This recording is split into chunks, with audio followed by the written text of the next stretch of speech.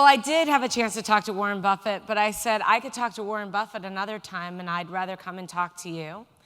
And what I'd like to do is tell you a little bit about myself and frame one of the issues that I think is so important for you, for us, for America, for the world.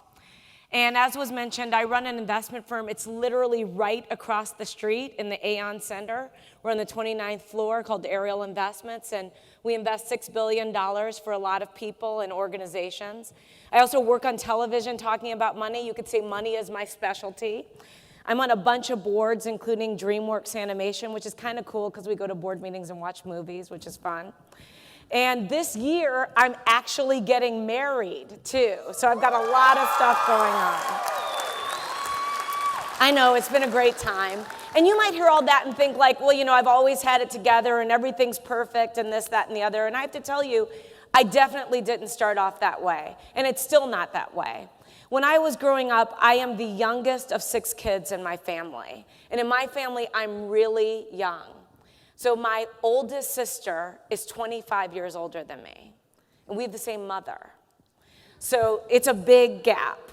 25 years older, so when I was growing up, my sisters made a point of making sure to tell me that I was not planned. They did it a lot. And when you're like 25 years old, your sibling, and you're 5, and your sibling says things to you like, you know, we found you by the doorstep, you actually believe them. So I had to work through that for a long time, thinking that I didn't belong. When I grew up, my mom was a single mom, and she struggled like a lot of single moms do, 6 kids. And we had like a really crazy life. And I say it wasn't boom or bust. It was kind of bust or normal. And so we'd either like have a place to live and things would be fine, or we'd be getting evicted, or our phone would get disconnected, or our lights would get cut off, or a car would get repossessed. Or my mother, I remember this, that in order to get me to school, she would go to the gas station and ask the gas attendant if we could borrow $5 worth of gas. And so she was one of those moms who would do anything for me, but it was definitely one of these lives that was very, very challenging. But my mom also was one of these people who, she didn't always have the best money sense. So an example would be like if it was Easter, we'd get new Easter dresses instead of paying the phone bill. And it was something that never sat with me. And so I always tell people, I do not think it's an accident that I work in the financial industry, because as a child, I was desperate to understand money, desperate. I hated the fact that I felt this insecurity around money. So I was very fortunate. I went to good schools. I went to St. Ignatius, and then I went to Princeton. And Princeton was an amazing place. And between my sophomore and junior year at Princeton, I was an intern at Ariel Investments, where I work today. And I didn't know anything about the stock market. I didn't know anything about investing. But I went and worked at this firm, and I fell in love with the business. And all of us see every single day on the radio, or we hear on the radio, or we see on television what the Dow did and what the S&P 500 did, or the NASDAQ. And I didn't even know what they were talking about at that point. Now I do. And it was not surprising, because we don't learn about investing in school in America, in most schools. And it's one of these things that boggles the mind. I always tell people that it's amazing to me that in high school today, you can take wood shop or auto as an elective and not take a class on investing. And it always leads me to ask people a very simple question: who whittles in their spare time? Who cleans their own carburetor, right? But you can actually take these kind of electives, but you can't take a class on investing. And that's been something that has bothered me, in many ways has guided the work that I do.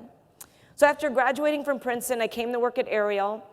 I started at the bottom, and I have to tell you, it was like one of these things that was so great when I started. And this is going to sound very perfunctory, but what I loved about my work is getting a paycheck. I was so excited to be able to pay my bills. I would sit in my bed in my little studio apartment, and I would just be grateful that I knew I could pay my rent and my phone bill. And my first starting salary at Ariel was $35,000 a year. It seemed like $1 million. I felt like I was flush with cash. No, of course I wasn't. I had expenses, and I had to keep a roof over my head and feed myself and things like that. But it just felt so liberating to have money. And even though it wasn't a lot, it was enough. And I was convinced at that point, from that day forward, I would live my life very differently than how I grew up. And I would take responsibility for myself financially, so I'd never be in the situation that I felt before in that level of insecurity. So one of the things I wanted to do today was to shape how that has evolved from that moment when I got that job. And I wanted to do it with some quotes that I think really frame how I feel about this issue and how I feel about what has happened thus far. And I always think of these as being great lessons that I've learned. I'm one of these people who is a voracious reader, I'm sure like many of you. And I often find myself, I always read with a pen because I was taught to do that in school, or pencil. And I always find myself underlining or ripping out quotes or pages that really speak to me, and I keep them on my desk and pinned up on things. And these are a few of them that actually changed my life when I saw them. And the first one I have to tell you I found in the most unlikely place, Cosmopolitan magazine. Very highbrow, right? But it was this quote by this woman named Judy Collins, who was this folk singer from the 60s. I didn't know her, but I guess she was a really big deal back then.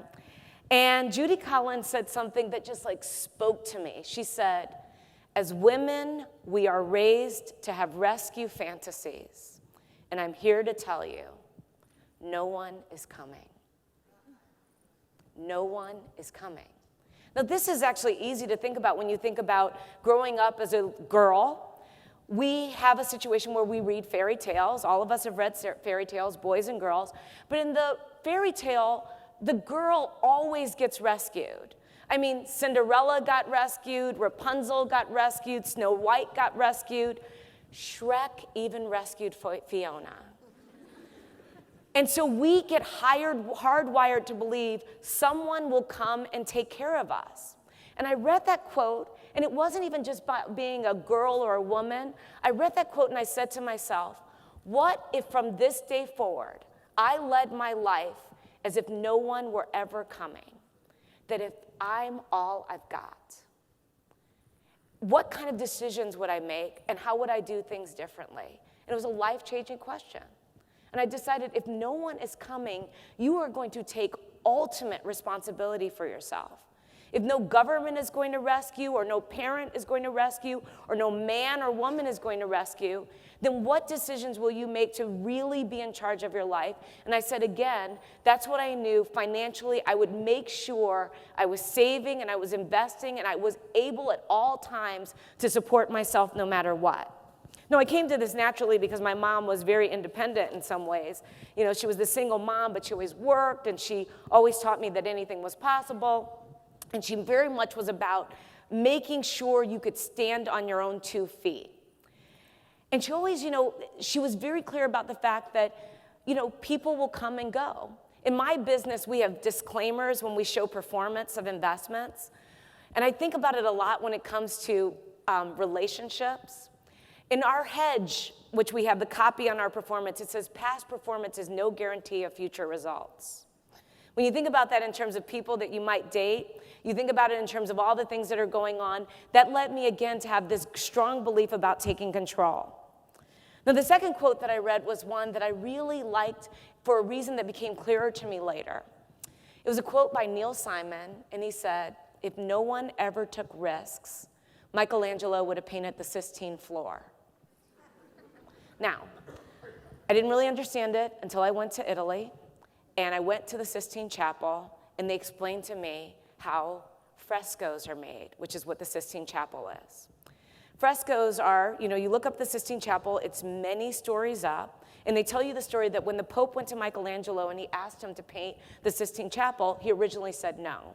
He was like, "I don't want to do that, that's really hard." And the Pope said, "No, you don't understand."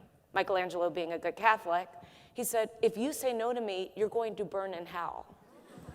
So Michelangelo said, "I think I could rethink it." So he decided to do the Sistine Chapel. Now, why was it really hard? A fresco is plaster, and you paint while it's wet. And the way it works is it starts with the colors. Each color is a family. So if you're blue, you're sky blue. Your family is sky blue. Your father was sky blue. Your grandfather was sky blue. You mix a very specific shade of sky blue, and it's exactly the same every single day. And if you're yellow, you're a certain kind of yellow, et cetera, et cetera. So all the colorists are down blending the colors. And what Michelangelo does, he paints the design on a thin piece of tissue paper. He puts the tissue paper up on the ceiling, and they take tiny little pins, and they outline the drawing with the little pins. They pull the tissue paper down, now he can see the drawing. Now he takes the paint. It's wet, remember? It's plaster. He's painting, but he can't see anything. He doesn't know if it works until it dries. And if it doesn't work, they take a chisel and they chip it down and start all over. It took Michelangelo years to paint the Sistine Chapel, so many years that after he was done, they said he had a problem with his neck and he couldn't look down. So, you say, well, how does this all fit into Neil Simon's quote? The floor would have been easier, right? And so I started to think about that in terms of life, and I started to think of it in terms of investing life. And I think about, especially today, all of these individuals who are risk averse. They don't want to take risks. They have their money sitting in cash, which is basically making nothing. Or they say, I'm scared of the stock market and I don't want to invest. And by being scared, they actually lose out over the long term, because over the long term, the stock market has outperformed all other investments. Yeah, we might have bear markets, we might have terrible times, but bull markets follow bear markets. Bear markets follow bull markets. And if you're disciplined and patient and long-term in your saving and investing, you'll do fine over time. And it helps, of course, when you start really early, especially like you.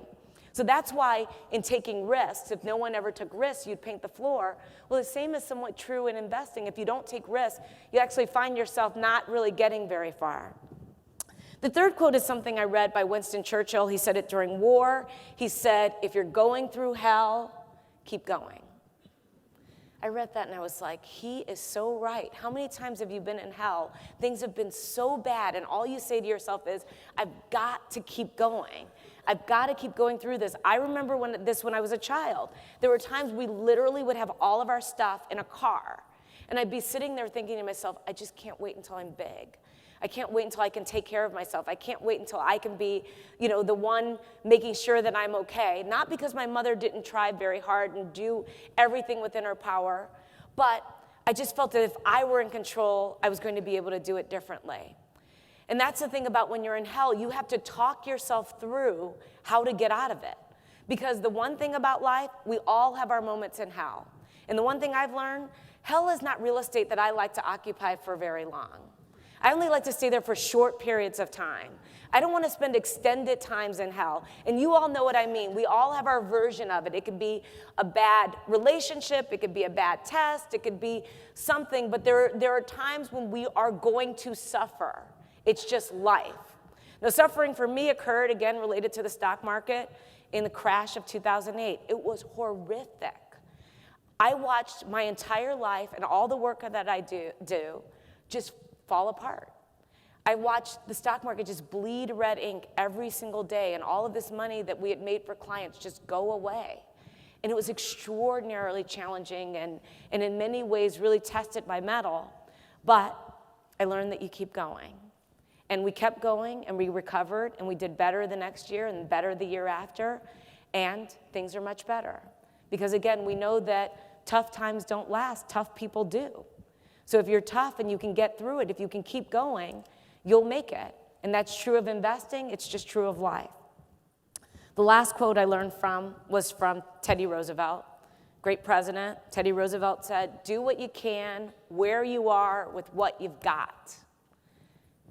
For me, that meant to give.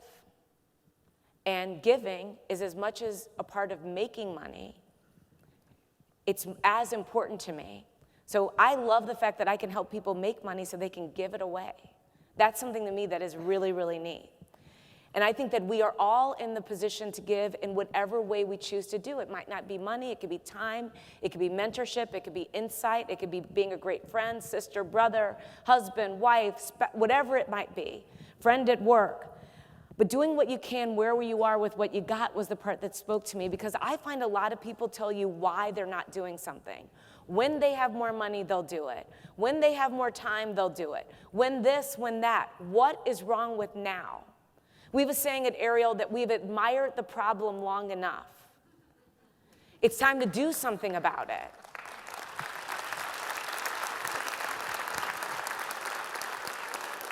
And so my version of doing something about it is I want to live in a financially literate society.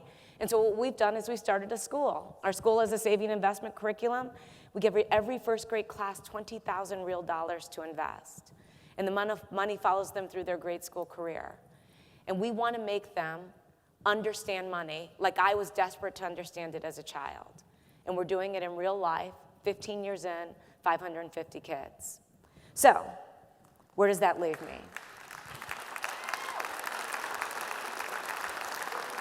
I'm 44 years old. I know, you're thinking 44, yes, 44. 44 years old. I am not counting on being rescued, and I suggest you not count on that either. I'm hoping to create my own Sistine Chapel.